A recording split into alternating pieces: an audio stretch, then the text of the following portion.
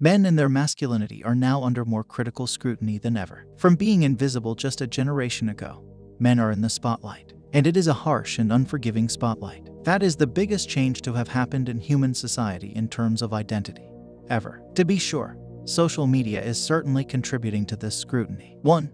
Trying to copy other attractive men. Firstly, it is important to understand that there is no one masculinity, but many. How many is impossible to say, but in any society or community there will be dozens if not hundreds operating. In fact, no two men are totally alike. Where we do see similarities is when men try to copy each other. That is, they imagine that they should emulate what they've been taught or come to understand as a dominant and powerful way of being a man. How a proper man behaves. Sociologists refer to this as hegemonic masculinity, or a dominant discourse of masculinity. Such ways of being a man are, however, not biological but social. They are learned. They are not in a man's DNA. 2. Not using social media the right way. Social media gives additional tools to shape public perception.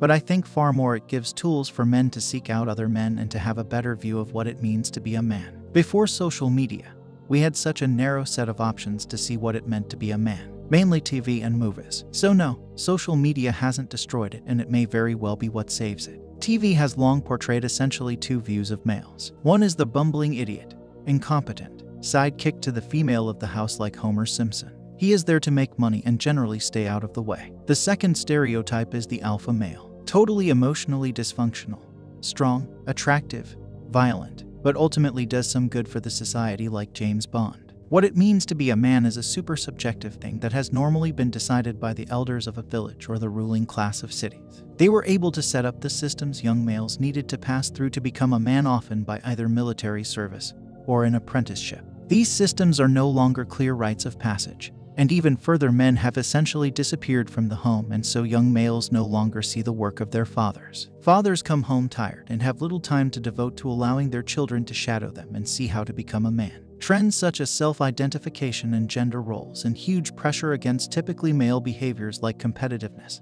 and aggression go further to create confusion about what it means to be a man and how to go about becoming one. 3. Not controlling your animal instincts. As long as humans seek peace and there is a strong legal system, there isn't a lot of need for rampant competitiveness and aggression. It's sad though. There are so many immature males who simply have no idea how to pursue their instinctual desire for manhood. No matter how much women or other males try to shame the maleness out of them, it just won't work. Those males subvert those desires and they express in love for violence, perversion, and anger. As a society, we just keep locking people up and don't see the anger as a clue of the sadness and fear it is signaling. Many men are psychologically vulnerable as a consequence of their type of masculinity becoming, if not quite extinct, then something much worse. Unwanted, pitiful, and ridiculous. Many of these men will react violently because they feel under threat. In fact, they are not under threat at all. They just need to readjust their sense of being a man and their behavior along with it towards a much more liberal and open-minded way of being male. 4.